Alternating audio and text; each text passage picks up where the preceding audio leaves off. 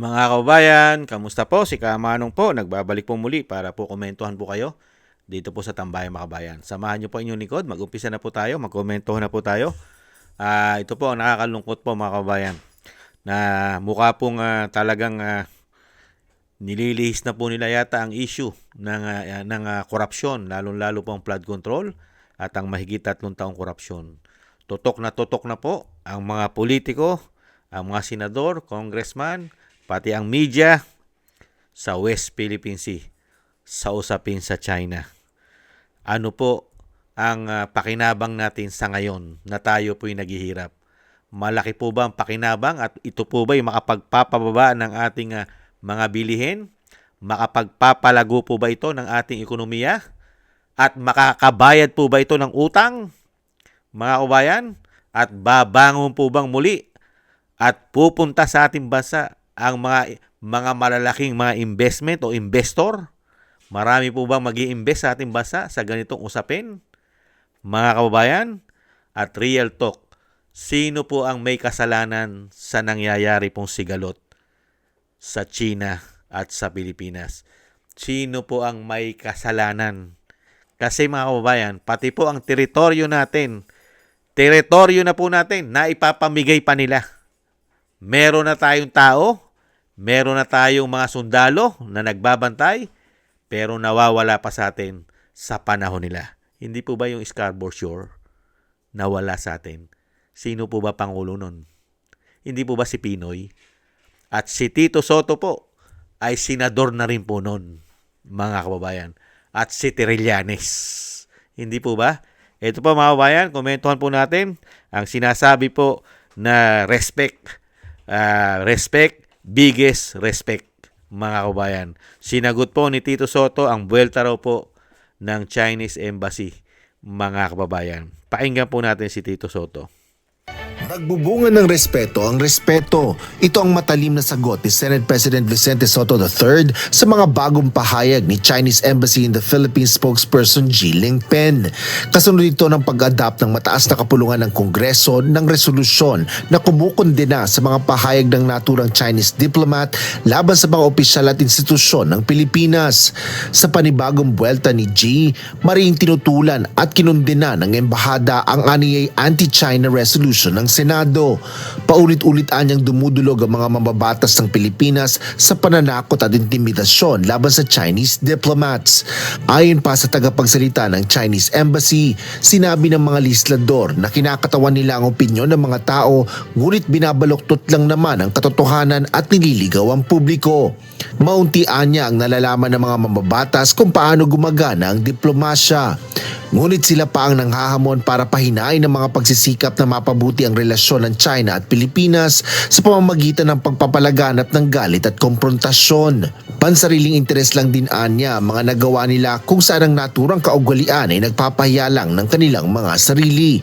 Ngunit ang mga ordinaryong tao anya ang nagbabayad ng kanilang pagiging hipokrito, kawalan ng alam at kapabayaan. Sinagot naman ni Senate President Tito Soto ang mga pahayag na ito ng Chinese Embassy spokesperson. Ayon kay Senador Soto, tila nais patahimikin ng Chinese diplomat ang August Chamber sa pagtawag sa kanila ng mga hipokrito at walang alam sa pamamagitan ng paninindigan sa resolusyon. Aniya, sinabi ni Jean na tinatakot ng mga senador ang mga kinatawan ng China, gayong patuloy itong nagsasalita ng walang respeto laban sa kanila.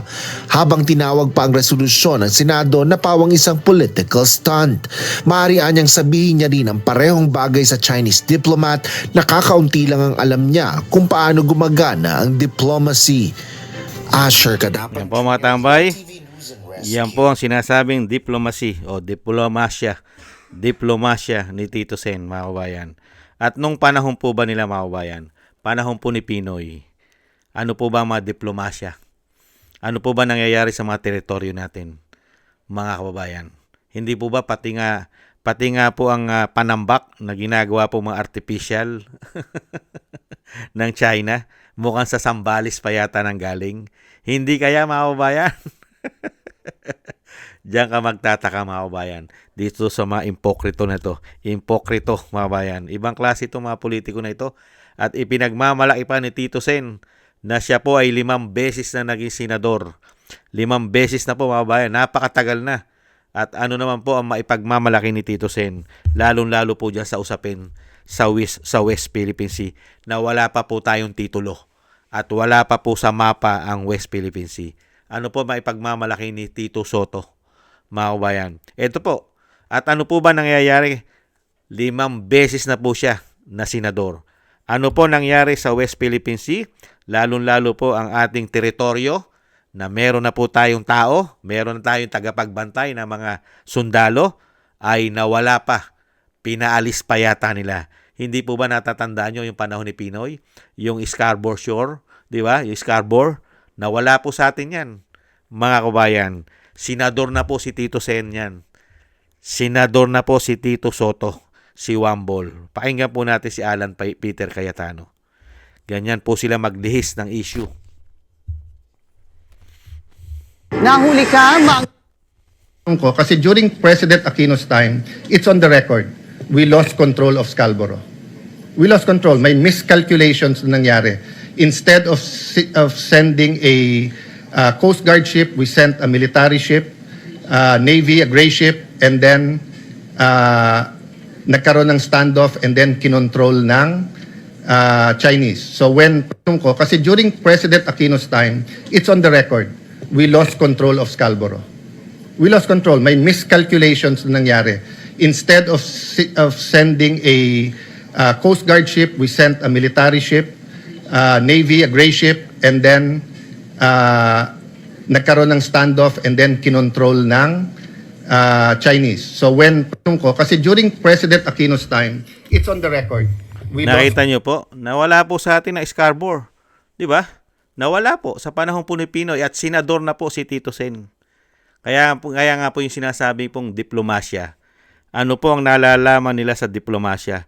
Na nawawala po sa atin yung ating mga sinasabing teritoryo. Meron na po tayong mga Coast Guard doon. Meron na po tayong dapat po ay protektahan natin. Ano po? Umalis pa tayo at nakuha na po ng China. At ngayon po ay napaka-iingay po nila, napaka-ipokrito. Hindi po ba sila ang ipokrito? Mga kabayan, sa panahon po nila lahat nagkaroon ng problema. Panahon pa ni Pinoy. Baka nga sa panahon pa ni Ramos meron din, ni Gloria. Hindi po ba? Tapos ngayon isinisisi sa mga Duterte ang sinasabi pong problema ng West Philippine Sea. Samantalang sa panahon ni dating Pangulong Duterte, ni isang teritoryo ang Pilipinas. Wala pong nakuha. Yung teritoryo na natin, atin na. Pero wala pong nakuha ang China. Pero sa panahon nila na maiingay, sila yung maiingay, pero sila ang nakukuhanan ng mga teritoryo. Hindi po ba, mga kababayan? Kaya po mga impokrito itong mga tao na ito. Impokrito at ginagawa pong tanga at bobo ang mga Pilipino. At para bang sinasabi, mga kababayan, na sa panahon pa ni dating Pangulong Duterte ang problema ng West Philippine Sea. Samantalang sa panahon pa nila, napakaraming problema riyan. Hindi po ba? At ngayon, nagmabagaling po sila lahat. Kasama po ang Coast Guard na si Tariela. Napakagagaling at napakaiingay. Samantalang napakatagal na panahon pa nila. Ni hindi man lang ito napatituluhan at hindi man lang po ito naipalagay sa mapa na meron tayong West Philippine Sea. Hindi po ba mga hindot ito mga ito? Ibang klase. Tapos ngayon, nagbabangayan!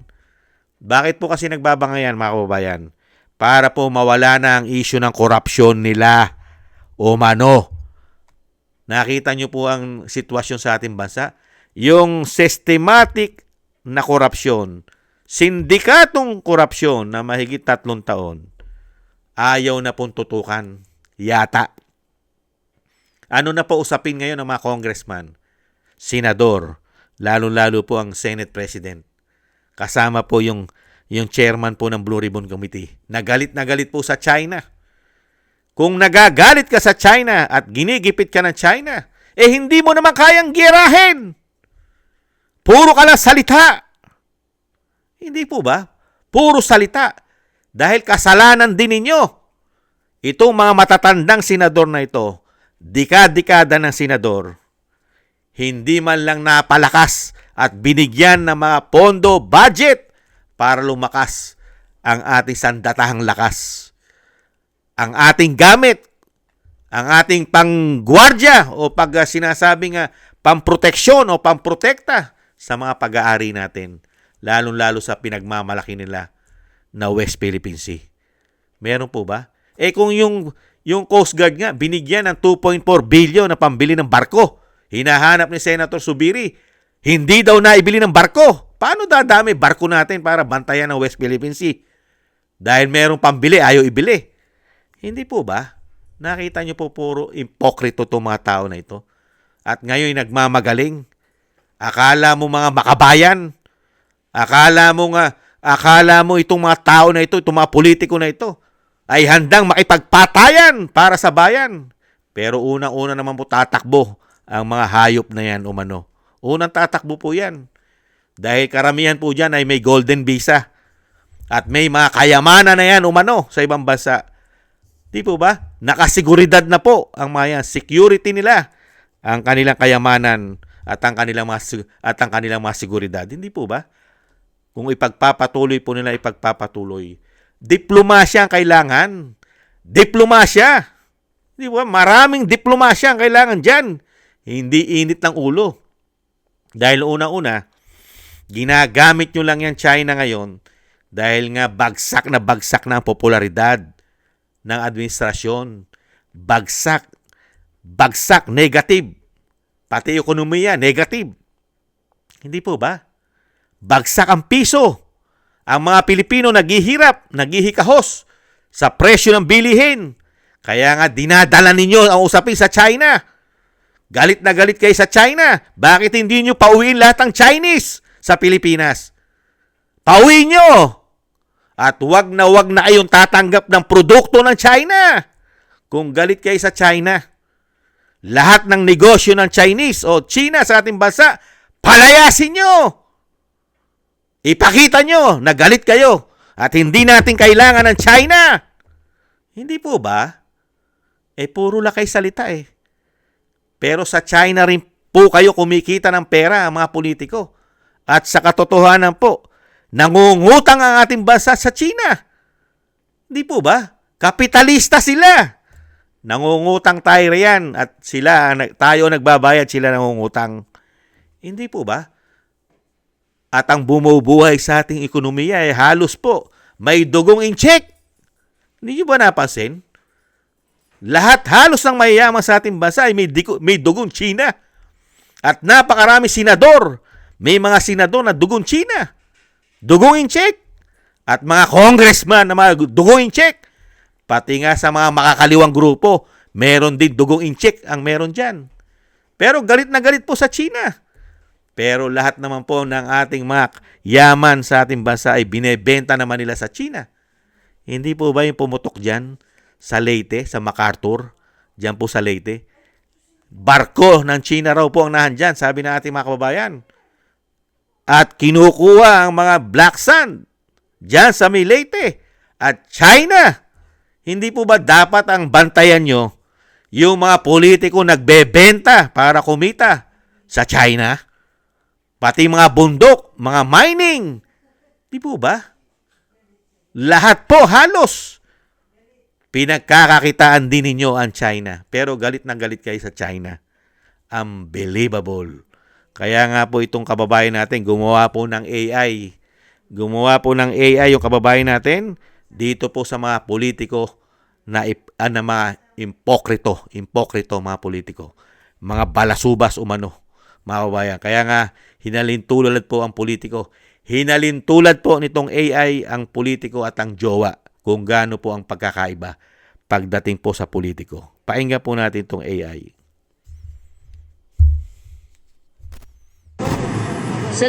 Baby, ano ang pagkakaiba ng jowa sa politiko? Yung jowa mo, pag nangako, ikaw lang ang pinaasa. Ang politiko, pag nangako, buong bansa ang ginagawa ng tanga. Baby, ano ang kaibahan ng politiko sa kape?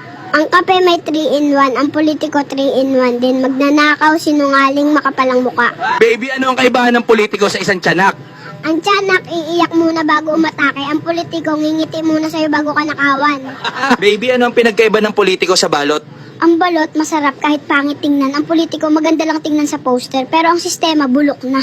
Baby, ano ang kaibahan ng politiko kay Dracula? Si Dracula sa dugo mo lang interesado. Ang politiko, interesadong higupin pati kinabukasan ng apo mo. Baby, ano ang kaibahan ng politiko sa isang prutas? Ang prutas, pag hinog, nahuhulog. Ang politiko, kahit bulok na ayaw bumitaw sa pwesto. Baby, ano ang pagkakaiba ng politiko sa hilaw na mangga? Yung mangga, pwedeng piliting pahinugin yung politiko. Ilang termino na hilaw pa rin sa serbisyo pero hinog na sa kurakot. Baby, ano ang kaibahan ng politiko sa ampalaya? Ang ampalaya, mapait pero masustansya. Ang politiko, mapait na ang buhay mo dahil sa kanila wala pang sustansya ang serbisyo. Baby, ano ang matibay na ebidensya ng korupsyon? Yung mga mansyon ng politiko na hindi kayang itayo gamit ang sweldo nila. Baby, bakit lagi kang tulala sa kawalan? Nagko-compute ako, iniisip ko kung paano naging bilyonaryo ang politiko ng dahil lamang sa kanilang sahod. Baby, bakit ang kapal ng mukha nilang umiti sa TV? Kasi alam nilang tanga ang tingin nila sa atin, ang ngiti nila insulto. Sinasabi nila, ninakawan ko na kayo, papalakpak pa kayo. Baby, ano ang pagkakaiba ng jowa sa politiko? Yung Yan jowa po. mo, pag nangako. Ayan mga tambay, ganyang klase po yata ang mga politiko sa atin. At isa rin po yata dyan umano, si Tito Soto. Dahil 5 termino na po siya. 5 beses na raw po siya naging senador. Mga kababayan, panahon pa. Panahon pa yata ni Ramos, nandyan na yan. Panahon pa yata ni, di ba ba? Politiko na yan, panahon pa ni Cory. Ramos, lahat po halos, nandyan siya. Ano po ang nagawa nila sa sobrang ingay sa China? Gumawa na kayo ng resolusyon. Tanggalin nyo na ang mga China, ang mga Chino. Ang mga may dugong incheck, paalisin nyo na sa Pilipinas. Dahil kayo'y magagaling na senador. Magagaling kayong mga politiko. Buti pa yung bata na ginawang AI. Nakita po natin kung ano ang mga tawag sa inyo. Hindi po ba? Ibang klase kayo, mga kababayan. Yan po ang mga galit na galit po sa China na sila rin po ang dahilan kung bakit po nagkaganito ang ating bansa. Lalong-lalo po sa pagprotekta ng sinasabi nilang West Philippine Sea. Taon-taon po ninanakaw po nila ang pera ng taong bayan umano. Kaya wala po tayong naipupundar.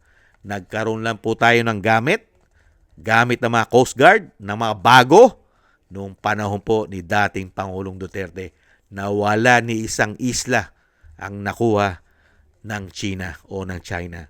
Samantalang sa panahon nila, mga kababayan, puro problema at pagnanakaw ang binigay sa atin ng mga politikong hindot na yan umano.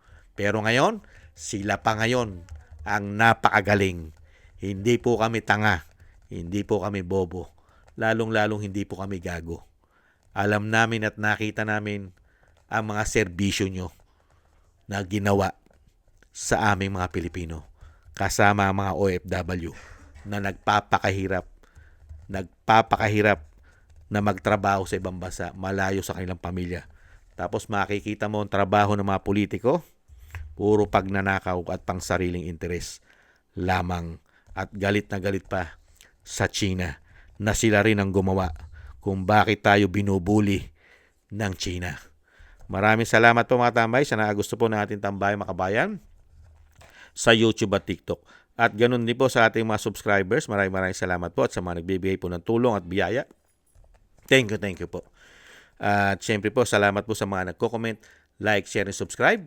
Maraming salamat po sa inyo at shoutout po sa mga tulong kay Eric Hercio ng Canada, kay Tatay Nick ng Canada, kay Balance Vision TV, kay Gayat Chena, kay Jesus Valdepena, kay Annie Jo, ako si Pilam, si Kingston ng Hong Kong, si Jake Yahut ng California, USA, si Gina Ray ng Germany, Berlin, Germany, Julieta Silona ng Sydney, Australia, at Baby Roman Ate Isa ng Cagayan.